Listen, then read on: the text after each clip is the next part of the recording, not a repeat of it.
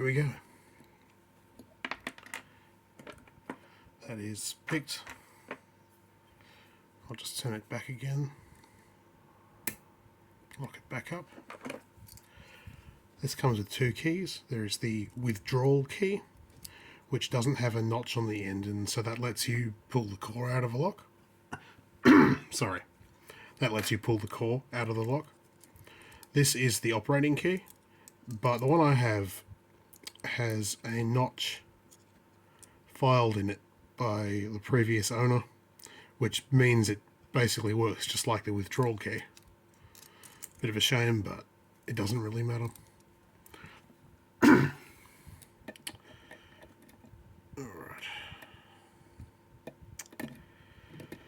You have to turn it to the left to line up with that notch. Just make sure everything's reset. And then you can pull the core out. There we go. I'll cut this now. Just put that there for a second. Yep.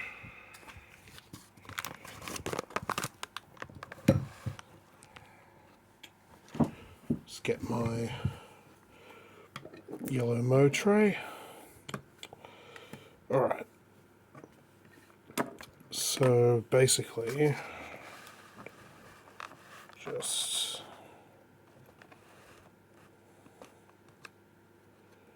set this up. There's the inside of the plug. It has these, I don't know what you call them, these bits of warding in there which interact with the sliders. This is the plug. You can take it apart completely. You can take off this rear clip. I've never done that. I may do it in a future video, but I'm not going to do it today. You can see these sliders all work. There are 8 of these. Now you can actually reprogram them to have any bitting, I believe. You can see, if I move a slider, you can see that acts on these.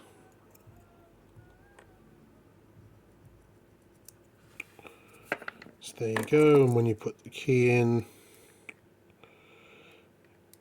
come on, it will push all these. If I can just get it to line up properly, there we go. Pushes all those down. This lock is actually programmed to have the maximum depth on every cut, which is bizarre. I may reprogram that someday by taking this apart. But you can also reprogram the key. You push in a little slider thing in there, and it lets you rotate this collar. And then one by one you can change the bitting on these sliders. They have a little notch that locks in, prevents it from changing on its own. There's the brand. Well, the brand is actually the Solon Super Lock Company. I believe they've long since gone out of business. And this is their Nix-Pix. This is apparently a very rare lock. This is the only one I've ever seen for sale. I have been told by several people that it is extremely uncommon. So I'm quite happy to have this. Even finding the keys was a bit of a pain. How do we get that back in there?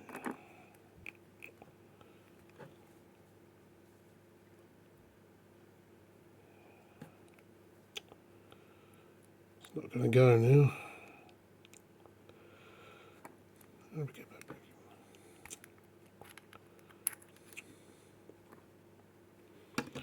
Turn this stupid thing around. There we go. Has to align with the tailpiece, you see.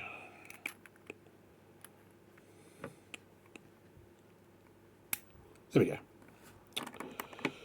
And well, the joke is you can use either of these keys, like I said before, to do this. Normally, this little thing here, this little thing, is supposed to lock into this ring around there and prevent you from just pulling that out in any position. This thing can only depress in the 12 o'clock. It's a little bit sketchy, this. I like how it doesn't relock properly. It kind of reminds me of the hot dog lock. It's just a bit sketchy.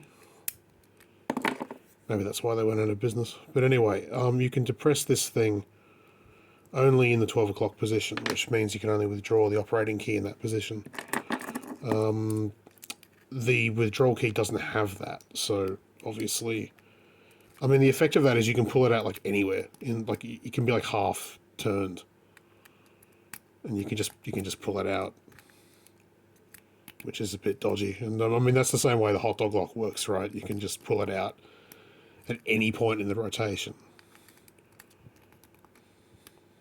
Oh yeah, I should show that this thing does not depress if it's not in the 12 o'clock position. I mean, surely you believe me, right? There we go, it's locked back up again. So yeah, there we go, that's the Solon Nix-Pix.